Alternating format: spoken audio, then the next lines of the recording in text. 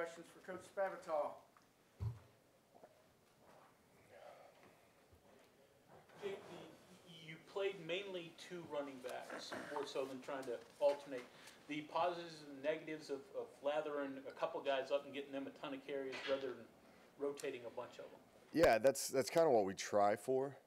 This was the first game where we actually had two guys that got into a rhythm, and you didn't want to really ruin that. You know, I thought Letty came out and he hit that. It was like a 17-yard run that guy ended up getting called back for an illegal block in the back, but you ended up getting those guys in a rhythm, and I thought they were rushing the ball effectively, and it was just kind of a 1-2 punch right there. You know, you wanted to get sync in the game at times, but we kind of pulled off of that just based off of the flow of the game. I thought Coach Blackwell did a really good job at just managing that, and I thought Petaway and Kennedy did a really good job. Dana said Giovanni Haskins is really coming to his own the last couple of weeks, and we've seen it with him in the past game. Just why is he coming into his own? He's a big target. Like, you guys see him out there. You know, he causes a lot of matchup problems. His catch radius is very comforting for Will to throw to. So you put him on these underneath routes, intermediate routes where, you know, he doesn't have to be as accurate with the ball. And Giovanni and even Wesco, when you catch the ball, those guys naturally fall forward for a few yards, which I thought we were really efficient on hitting these quick hook routes on the perimeter where he was catching, getting upfield, and getting about 10 yards every time we did that. So I think that's what makes it so comforting for, you know, Giovanni is, for Will and Giovanni, is that he's just such a big target. I think he's very athletic at times too, so you're going to see him a lot in the pass game, but you can also utilize him and just giving some of those receivers a break, you know, where we feel comfortable where he's at. And you don't have to go to those 4 wide sets because he can actually act as a receiver out there. Yesterday, Dana said that was the best throw he had ever seen, Will to Gary. Just, yeah, I guess, where does it rank in your estimation, and just what made it such a special play? You know, like I've seen that happen in practice a lot. That's the first time it's happened in a game, and I just think that you've heard me talk about this multiple times over the past, you know, year in terms of the continuity that they have.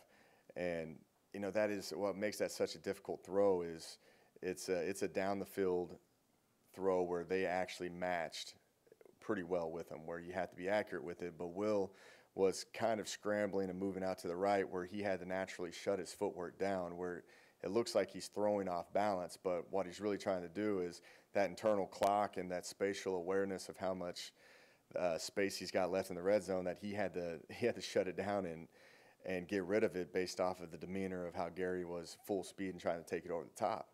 And, you know, if you look at it on tape, he releases the ball when Gary's about at the 20-yard line. You know, and it's pretty impressive where he's got to get that out quick and just put it to one spot there possibly was. And it was really good on Will in terms of knowing the layers of the defense, the timing of the play, and how much space he had left. So that's all hard to calculate in fractions of a second because, you know, there's a lot going through your mind, especially with the pass rush and avoiding the pocket and being able to deliver that. So, yeah, definitely one of the better throws I've ever seen.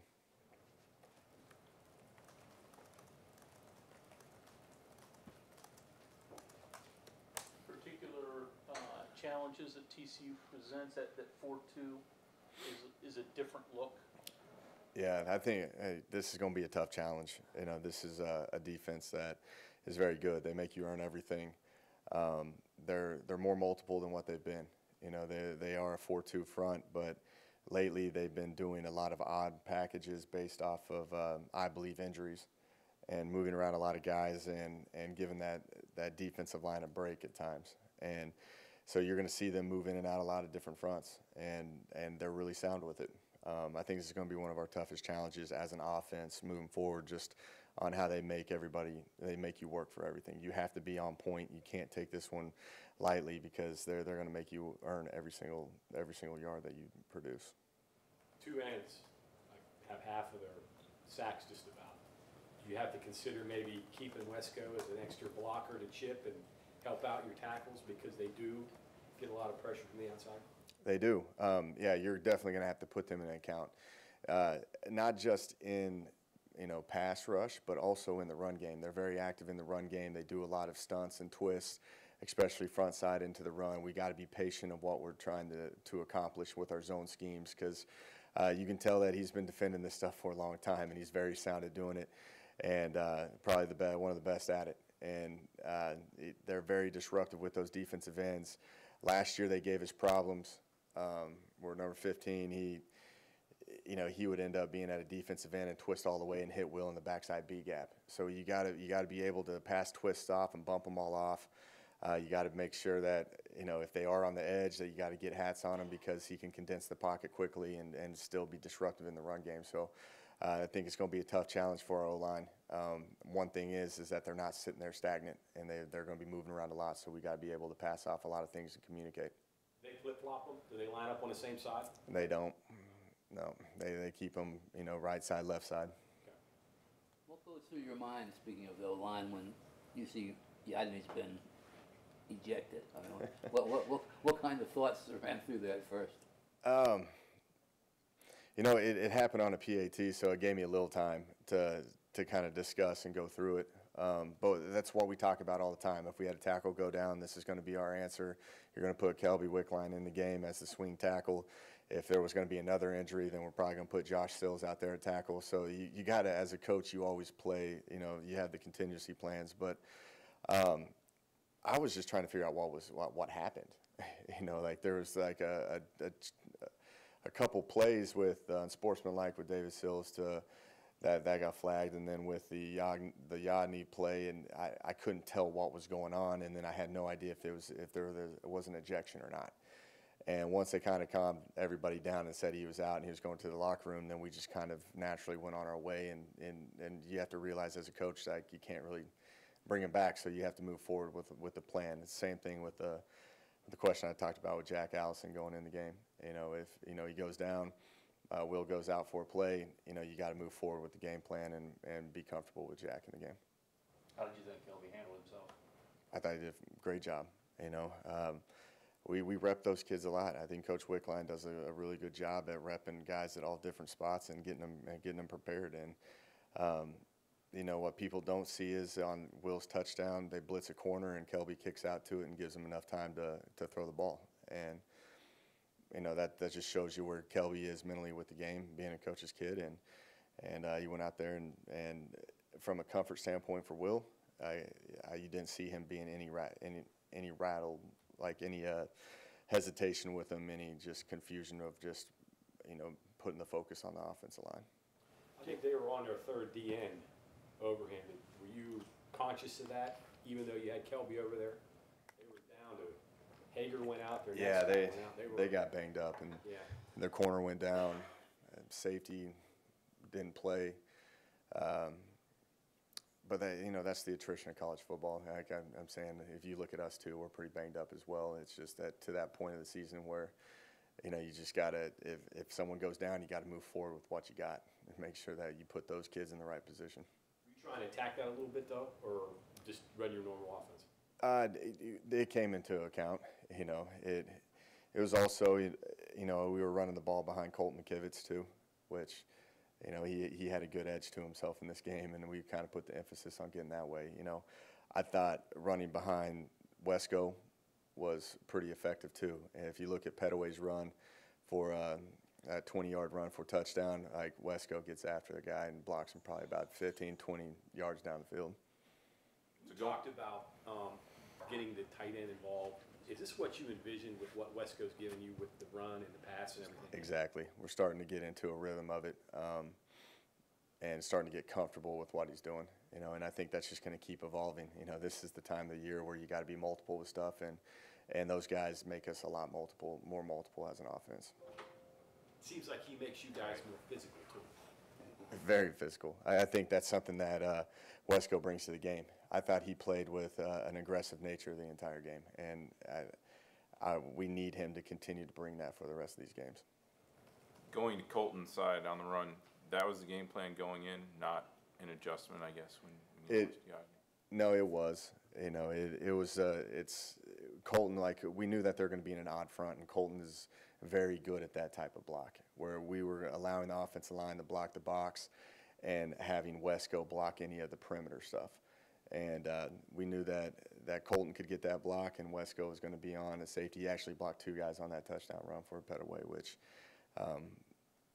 just when it comes down to you have the option, you can run it either way. We like to go behind Colton. Jake, on your offensive line, you dipped deeper than just Kelby. I think you used, Mike? And Mike Chase was Brown in went there in too. for So 5 how many, plays. what do you have now? Who do you have this late in the season? Who do we have as players, you're saying? Like, You feel good putting out there? It's different than it was 3 weeks ago.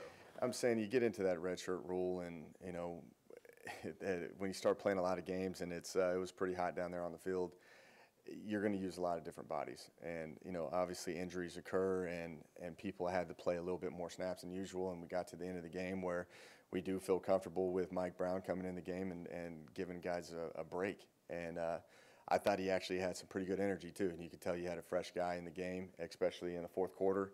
And I thought he did a good job, and you're going to continue to see that rotation at times. You'll get Joe Brown back in the mix. You got Hardy and Chase Barrett, and then you got Josh Sills and Mike Brown. So you got about 5 guys right there that that you can move around a lot. A lot's based off of how they're feeling this week. Dana mentioned that if you as a defense tip your hand a little bit, your quarterback will pick it up.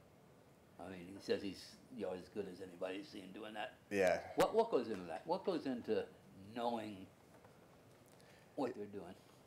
The thing that makes Will good is he's watching the game all the time. And the thing I appreciate about him is he's got our dialogue on the sideline is not just about, all right, here, the run game's working here. It's, all right, hey, they're starting to play a little more inside leverage and they're press bailing into the boundary. You can get back to your boundary hitch. That's something that's going to be good. We talked about a pop play down on the goal line that was going to be able to work if we got down into that situation again. And, it's just the overall awareness that he has of the game. And sometimes he has a better vantage point than us, and he understands what we're trying to accomplish and how they're playing it, and he's just got a good feel of what we're trying to do, so he can go out there and get us into the right play. Felt like Texas was trying to do a lot of the same principles defensively that you had seen last time you were on the road. Just why were you able to attack it so much more successfully? Yeah, I think we prepare for it all the time now.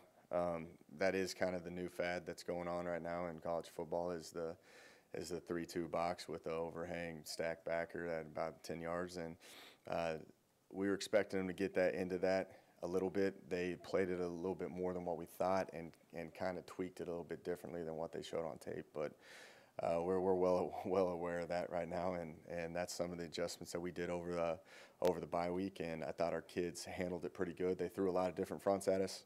They're in stack fronts and odd fronts, and then that diamond set that you're talking about right now in 4 down. And I thought they identified it well and they blocked it up well. Okay, thanks, Coach.